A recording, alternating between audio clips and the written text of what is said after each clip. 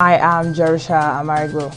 The federal government has disclosed that the national identity numbers is mandatory for foreign diplomats who would reside in Nigeria for a continuous period of 2 years or more.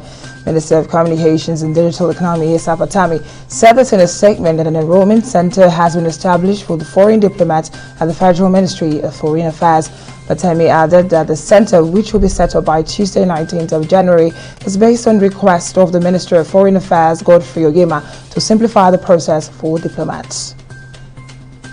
And the Lagos State government has clarified that the second term of the 2020-2021 academic session will last for 61 days for public and private schools. According to the revised calendar for the 2020-2021 academic session released by the Office of the Education Quality Assurance, the second term is slated to run from January 18th to April 30th, 2021. Other announced dates include midterm break for March 4th and 5th, 2 public holidays, April 2nd and April 5th for Easter, resumption for the third term for May 4th, while the term is to terminate on August 6th of the year. Schools have been directed to strictly follow the timetable. And as schools in Borno reopened today, Governor Babagana Zulum has approved the release of $624 million for payment to scholarships to students in tertiary institutions. The Commissioner for Higher Education, Science, Technology and Innovation, Babagana Mustafa, released this in a statement issued on Sunday in Maiduguri.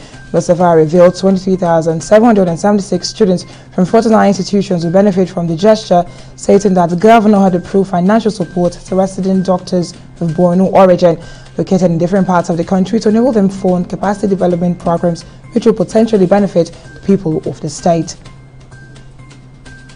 The Nigerian Governors Forum on Monday said it would meet on Wednesday to chat out the second wave of the pandemic as schools reopen across the country.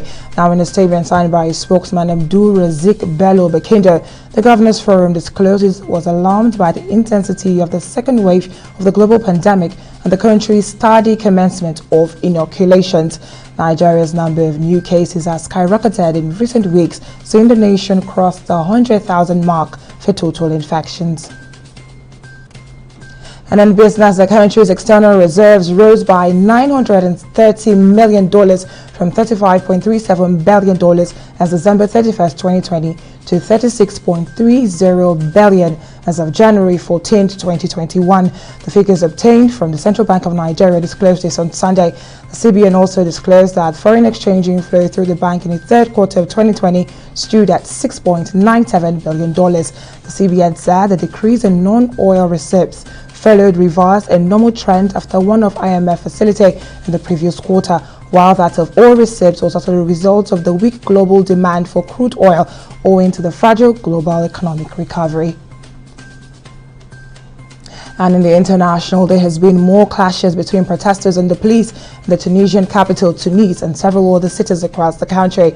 Sunday was the third night of tension, which officials have described as riots. Authorities say they've arrested more than 200 people, mostly youngsters, who had vandalized properties and stolen from shops and banks. Although protesters weren't making any clear demands, there's a widespread dissatisfaction in Tunisia, which is enduring several economic problems.